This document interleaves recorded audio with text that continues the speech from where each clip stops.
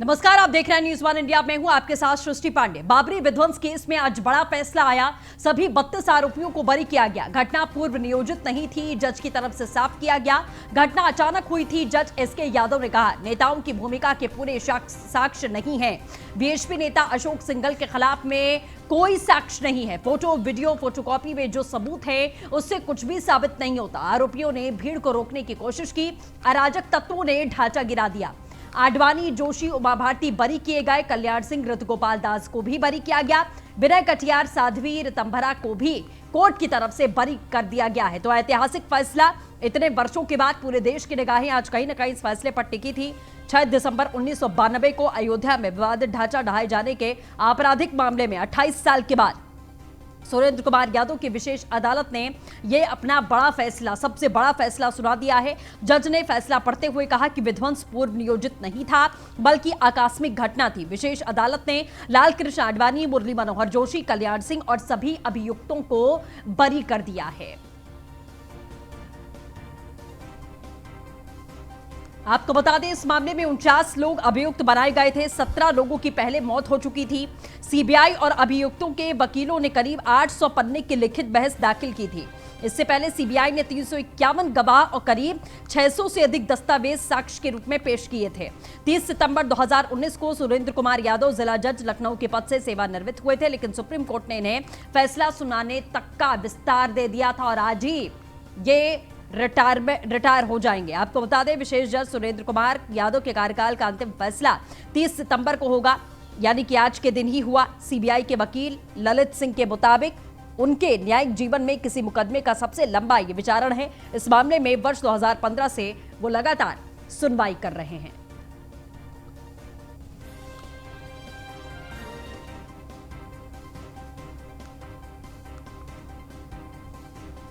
तो आडवाणी, जोशी, उमा भारती, कल्याण सिंह, ऋतुगोपाल दास, विनय कटियार, साध्वी ऋतंभरा, सबको बरी कर दिया गया है। सुबह से ही जिस तरीके की बातें, अयोध्या की बात कर ले, वहां के महंतों की तरफ से जो तमाम आरोपी थे उन्होंने मीडिया से भी बातचीत की।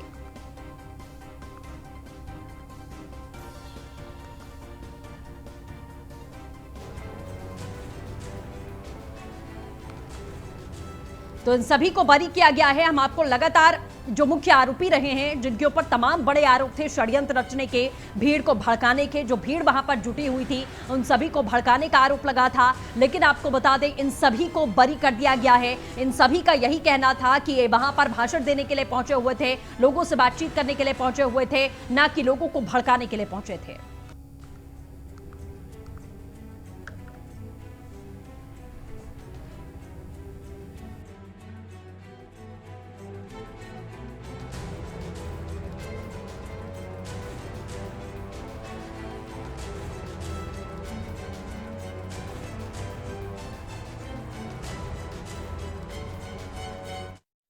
तो कोर्ट के फैसले के बाद में वकीलों ने क्या कुछ बताया है वो भी आप सुनिए। कोर्ट के निर्णय के अनुसार वहाँ पे उनको कार सेवा कर दी, तो ये कोई पूर्व प्रायोजित नहीं था। एक समय वो घटना हो गई और बाकी जितने भी ये बाकी लोग वहाँ पे उपस्थित नेता थे, भाजपा के नेता थे, वो लोगों ने प्रयास किया था उस घटना को रोकने के लिए। दूसरी बात, सीबीआई ने जो कैसेट्स दाखिल की थी वो भी कोर्ट ने माना कि वो टेम्पर्ड थी, सील बंद नहीं थी। तीसरी कोर्ट की ओपिनियन आई थी कि जो वहाँ पे जो पेपर्स की कटिंग्स कोर्ट ने सीबीआई ने दाखिल की थी उसकी कोई प्रिंट या उसका कोई बेस नहीं था कि वो कहाँ से आई थी। तो ये कोर्ट का ये निर्णय आया है। विश्व हिंदू परिषद का या संघ परिवार का कोई योगदान नहीं था। ये ऐसे कुछ अराजक तत्वों ने ढांचा गिराया था और इन लोगों ने लगातार प्रयास किए रोकने को। 12 बजे तक स्थिति सब नॉर्मल थी, फिर पीछे से कार सेवकों ने, कुछ लोगों ने, अराजक तत्वों ने पत्थरबाजी वगैरह की है और उसमें कहीं इन लोगों का इन्वॉल्वमेंट प्रत्यक्ष या अप्रत्यक्ष। फैसले के बाद बोले लालकृष्ण आडवाणी, कोर्ट का फैसला स्वागत योग्य है। आज हम सब के लिए खुशी का दिन है। बाबरी मस्जिद विध्वंस मामले के फैसले पर पूर्व उप प्रधानमंत्री लालकृष्ण आडवाणी ने साफ तौर पर कहा, स्पेशल कोर्ट का आज का निर्णय बेहद महत्वपूर्ण रहा है। स्पेशल कोर्ट का आज का जो निर्णय हुआ है वह अत्यंत महत्वपूर्ण है और हम सब के लिए बहुत खुशी का प्रसंग है। स्पेशल कोर्ट का आज का जो निर्णय हुआ है वह अत्यंत महत्वपूर्ण है और हम सब के लिए बहुत खुशी का प्रसंग है। वहीं बाबरी विध्वंस मामले के फैसले पर बीजेपी वरिष्ठ नेता मुरली मनोहर जोशी ने कहा कि कोर्ट का निर्णय इस बात को सिद्ध करता है कि 6 दिसंबर को अयोध्या में हुई घटनाओं के लिए कोई षड्यंत्र नहीं था और वो अचानक हुआ। इसके बाद विवाद समाप्त होना चाहिए। सारे देश को मिलकर भव्य राम मंदिर के निर्माण के लिए तत्पर होना चाहिए। मेरा काम नहीं है बताने का, मैं कोई ये तो मेरा काम नहीं है बताने का। हम अपना काम कर रहे थे और जो हम कर रहे थे उसको कोर्ट ने कहा कि आप किसी प्रकार के हम तो इतना ही चाहते थे कि वो हमने साफ कर दिया।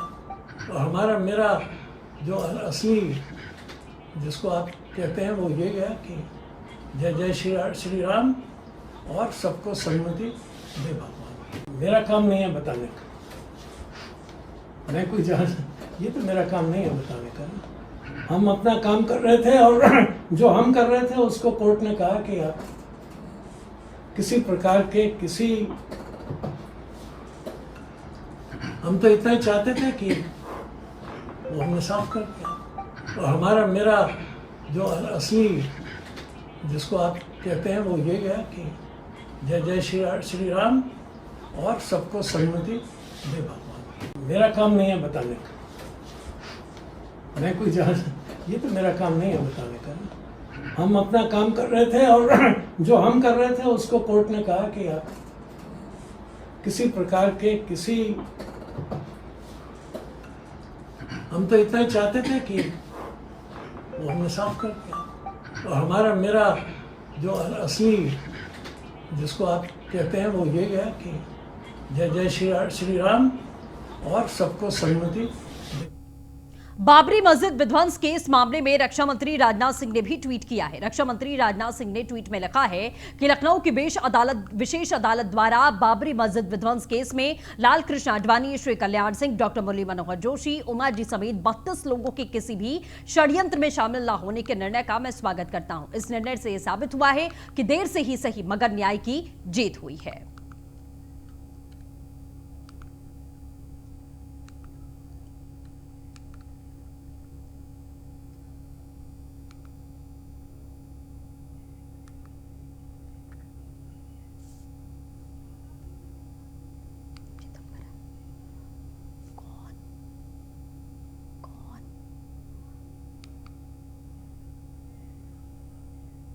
चलिए, हमारे साथ में साध्वी रितंभरा इस समय जुड़ चुकी हैं। रितंभरा जी, बहुत स्वागत है आपका न्यूज़ वन इंडिया पर। आप खुद इस पूरे केस में आरोपी रही हैं और आपके ऊपर भी वही आरोप थे षड्यंत्र रचने के। ये बड़ा फैसला हुआ है। हालांकि जितने भी आरोपी थे यही बात उनकी तरफ से बार बार कही जा रही थी कि कहीं ना कहीं जो फैसला आएगा स्वागत योग्य होगा। क्या कहेंगे आप आज के दिन?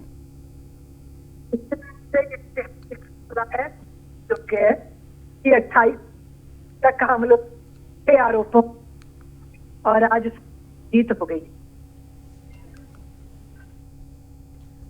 चलिए, ठीक से आवाज नहीं मिल पा रही है, हम फिर से जुड़ने की कोशिश करेंगे। तो जाहिर तौर पर जिस तरीके की तस्वीर आज सुबह से ही हलचल अयोध्या से लेकर लखनऊ, दिल्ली, सब जगह इसी तरीके की हलचल देखने को मिली थी। जितने आरोपी थे, उमा भारती की तरफ से यह भी कहा गया था कि अगर हमें सजा का भी ऐलान किया जाता है तो हम आराम से जमानत की अर्जी भी दाखिल नहीं करेंगे, हम जरूर सजा भुगतने के लिए तैयार है और हमें किसी प्रकार का कोई अफसोस इसमें नहीं होगा, ना ही हम इसके लिए कोई माफी मांगेंगे क्योंकि हमने कुछ किया ही नहीं है। षड्यंत्र जैसी कोई चीज हमने वहां पर जाकर नहीं की थी। राघवेंद्र, ब्यूरो चीफ अयोध्या से हमारे साथ में मौजूद हैं। अयोध्या में राघवेंद्र हैं। राघवेंद्र, बखूबी आप सुबह से लगातार बने हुए हैं और तमाम बातें, तमाम इतिहास की बातें जो उस वक्त बाबरी विध्वंस के समय पर हुई, बहुत सारे चश्मदीद वहां अयोध्या में मौजूद रहे होंगे जिनसे आपकी बातचीत हुई होगी, जिन्होंने खुद साक्षात अपने सामने तमाम जो चित्र थे वो देखे होंगे और आखिरकार इतने वर्षों के बाद में यह फैसला आ गया। एक तरफ मंदिर का निर्माण, दूसरी तरफ सभी को बरी कर दिया गया है, किसी के ऊपर कोई भी आरोप साबित नहीं हुआ। राघवेंद्र, बिल्कुल सृष्टि, देखिए जिस तरीके से राम मंदिर का ऐतिहासिक फैसला आया था उसके बाद से लगातार अयोध्या में खुशी थी, लेकिन जो 6 दिसंबर का दिन जब भी आता था अयोध्या के बीच, मानो यहाँ पर श्रद्धालुओं का आना हमेशा कम हो जाता था, पुलिस फोर्स बढ़ा दी जाती थी, हिंदू समुदाय शौर्य दिवस मनाता था, मुस्लिम पक्ष जो है काला दिवस के रूप में देखता था। ये कहीं ना कहीं से बड़े सवाल थे, उस पर भी आज एक बड़ा विराम लग गया। हालांकि जो आरोपित थे वह अयोध्या में सुबह से ही राम जन्मभूमि हनुमानगढ़ी और सरयू नदी में स्नान करने के बाद ही वो यहाँ से गए, और सब ने जाने से पहले मीडिया को ब्रीफ किया था, लोगों से भी यहाँ पर बात की थी कि अगर मुझे कोई सजा मिलती है तो वह मुझे स्वीकार होगी, मुझे किसी भी तरीके का अफसोस या गम नहीं होगा। खुद जो अयोध्या के संत महंत हैं उन्होंने भी पूजा पाठ किया था। हमारे साथ खुद परमहंस दास जी भी मौजूद हैं, आपने भी कल पूजा पाठ किया था कि किसी भी आरोपित को कोई सजा ना मिले, राम मंदिर का भव्य निर्माण होने जा रहा है, ऐसे में कहीं कोई अब अन्य बातें ना खड़ी हो। महाराज जी स्वागत है आपका, आपने पूजा की, सफल हो गई, क्या कहेंगे आप?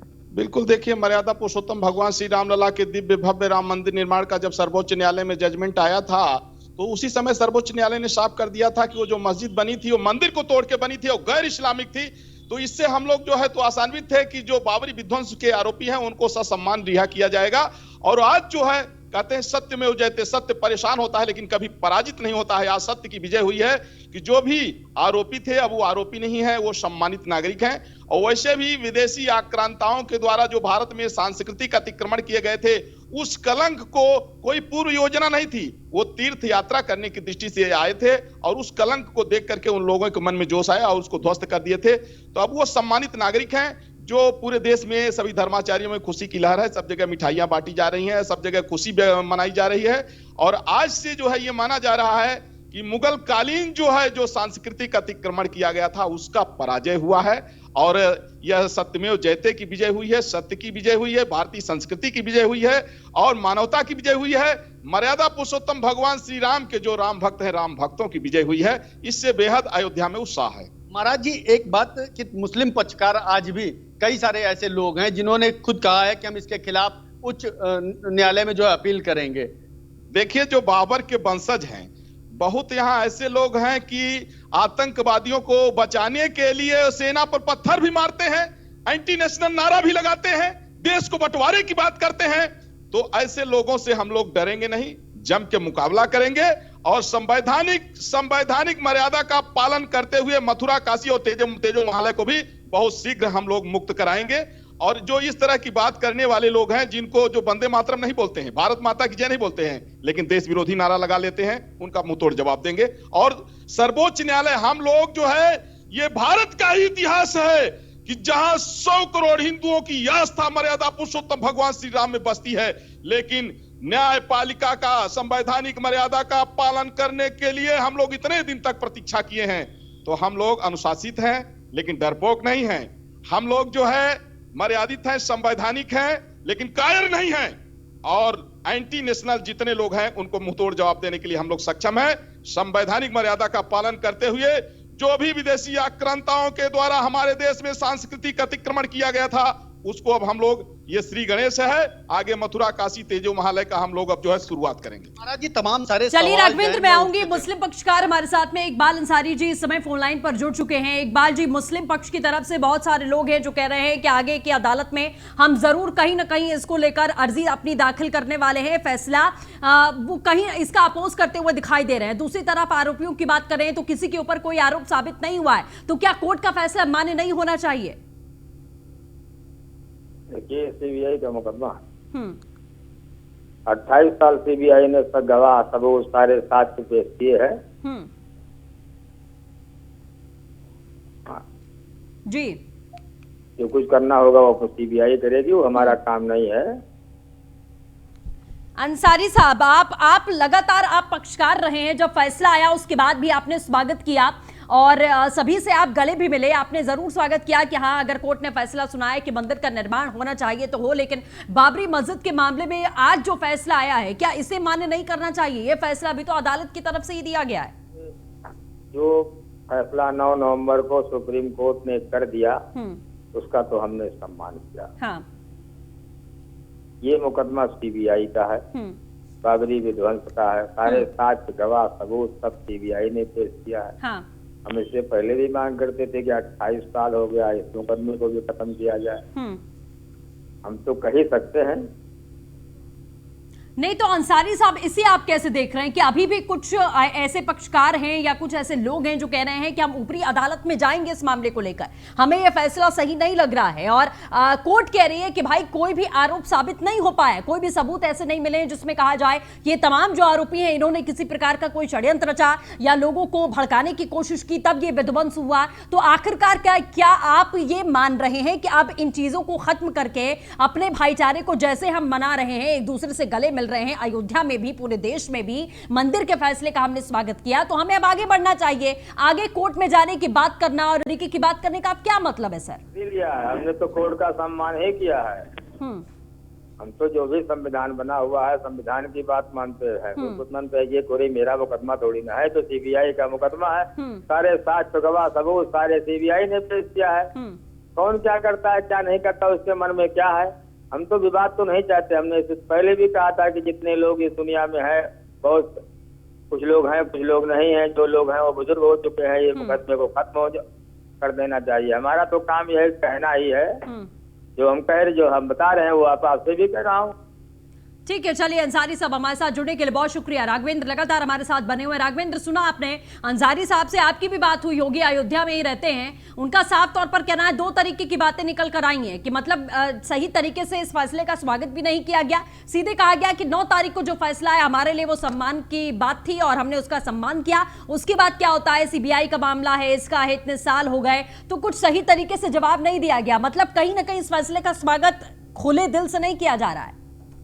बिल्कुल सृष्टि, देखिए वो कसक जरूर देखने को मिल रही है। मुस्लिम पक्षकार इकबाल अंसारी ने भी भले ही दबे जुबान से कहा कि मुकदमे को खत्म कर देना चाहिए, लेकिन ऐसा नहीं है। अगर स्वागत करना है तो स्वागत करिए, खुल के बात नहीं कर रहे हैं। हम आपसे भी महाराज जी समझेंगे। इकबाल अंसारी ने अभी न्यूज वन इंडिया पर इस बात को कहा कि सारे बुजुर्ग हो चुके थे, खत्म कर देना चाहिए मुकदमा, लेकिन कहीं उन्होंने ये नहीं कहा कि सीबीआई की अदालत ने सही निर्णय लिया। देखिए ऐसा है कि जो राष्ट्रवादी मुसलमान हैं वो खुशी व्यक्त कर रहे हैं, लेकिन जो बाबर की औलाद हैं, जो आतंकवादी को अपना आदर्श मानते हैं, जो विदेशी आक्रांताओं को अपना आदर्श मानते हैं, जो पाक परस्त हैं, ऐसे लोगों के मन में कसक है और उनकी कसक से हम लोगों को कोई लेना देना नहीं है, क्योंकि जिनका भारतीय संस्कृति पर विश्वास है ऐसे राष्ट्रवादी मुसलमान प्रसन्न हैं और पहले से कह रहे थे कि जो भी न्यायपालिका से आदेश आएगा उसका स्वागत करेंगे। अब इसके बाद अगर वो इतराज जता रहे हैं तो इसका मतलब यह है कि भारत के संविधान पर उनका विश्वास नहीं है, और जिसका भारत के संविधान पर विश्वास नहीं है वो भारत में रहने लायक नहीं है। वो जो भी करना चाहे करें, हम लोग संवैधानिक हैं, हम लोग संवैधानिक मर्यादा में आगे बढ़ते रहेंगे। महाराज जी, एक जो काला दिवस और शौर्य दिवस, इन दोनों के बीच में एक विकास का रास्ता निकला है अयोध्या में। भगवान राम की सबसे ऊंची मूर्ति भी अयोध्या में बनने जा रही है, रामलला इंटरनेशनल एयरपोर्ट बनने जा रहा है, भव्य राम मंदिर का निर्माण हो रहा है, फ्लाईओवर, तमाम सारे रेलवे स्टेशन का विस्तार हो रहा है। इसको आप किस नजरिए से देख रहे हैं? बिल्कुल, देखिए ऐसा है कि पूर्ववर्ती सरकारों में जहां जो भारतीय संस्कृति के जो है तो केंद्र बिंदु रहे हैं उनको उपेक्षित रखा गया था, लेकिन वर्तमान जो मौजूदा सरकार माननीय प्रधानमंत्री जी के नेतृत्व में चल रही भारतीय जनता पार्टी, यह निरंतर भारतीय संस्कृति को प्रतिष्ठित करने का और मुगल कालीन अतिक्रमण को हटाने का जो प्रयास कर रही है, इससे सभी देशवासी जो है उत्साहित हैं और हम लोग चाहते हैं कि हमारे संस्कृति का जो अनादिकालीन स्वरूप रहा है वह प्रतिष्ठित होना चाहिए। मुगल मरमरा गए, मुगल चले गए और मुगलों के द्वारा जो अतिक्रमण किया गया है वह भारत जो है अतिक्रमण मुक्त होना ही चाहिए। अब रह गई बात, देखिए ऐसा कि जो मानवतावादी लोग हैं वहां कोई वैमनस्य नहीं है, लेकिन जो कहीं न कहीं से जो रोहिंग्या को अपना जो है तो भाई मान ले रहे हैं, जो आतंकवादी को अपना भाई मान ले रहे हैं, उनसे हमारा भाईचारा नहीं निभा सकता है। भारत के संविधान का जो सम्मान करेगा वही हमारा भाई होगा, और भारत के संविधान का जो अनादर करेगा वह हमारा भाई नहीं हो सकता है, और संविधान की रक्षा के लिए हम लोग लड़ते रहेंगे। महाराज जी, आपने आमरण अनशन किया था, तमाम सारे हवन पूजा भी की, राम मंदिर के फैसले को लेकर के भी और जो आरोपित थे उनके बचाव को लेकर के भी तमाम सारे जहन में सवाल उठते थे। क्या सारे चलिए, रामविलास वेदांती साहब राघवेंद्र हमारे साथ में जुड़ चुके हैं, उनका रुख कर लेते हैं। वेदांती साहब, बहुत स्वागत है आपका न्यूज वन इंडिया पर। सबसे बड़ा फैसला आ चुका है, क्या कहेंगे आप? जी देखिए, हम लोग जो सोच रहे थे कि कांग्रेस ने जो साजिश रची थी हम लोगों को भगाने के लिए, हाई कोर्ट ने उसको बेनकाब कर दिया है और हाई कोर्ट का निर्णय स्वागत योग्य है। हम लोगों ने किसी मस्जिद को नहीं तोड़ा है, मंदिर के खंडहर को तोड़ा था जहाँ रामलला विराजमान थे। ये बात मैंने कई बार कहा है। जहाँ पर 14 कसौटी के खंबे राजा विक्रमादित्य के थे, उनमें हनुमान जी की मूर्ति, दुर्गा जी की मूर्ति, गणेश जी की मूर्ति, 12 भगवान महेश्वर की मूर्ति, भगवान विष्णु की मूर्ति, धनुष बाण के चिन्ह, संगीत गदा पद्म के चिन्ह, सभी हिंदू देवी देवताओं के चिन्ह वहाँ पर थे। और 5 अगस्त को माननीय प्रधानमंत्री नरेंद्र मोदी जी अयोध्या गए थे। खुदाई में जो सामान मिले हम लोगों ने देखा, देखकर बड़ा आश्चर्य हुआ। सब मंदिर के चिन्ह थे, एक भी चिन्ह इस्लाम का नहीं मिला। इसलिए हाई कोर्ट का जो निर्णय आया, चलिए बिल्कुल जाहिर तौर पर वेदांती साहब हमारे साथ जुड़ने के लिए बहुत शुक्रिया। राघवेंद्र हमारे साथ जुड़े, आपका जुड़ने के लिए भी बहुत बहुत शुक्रिया।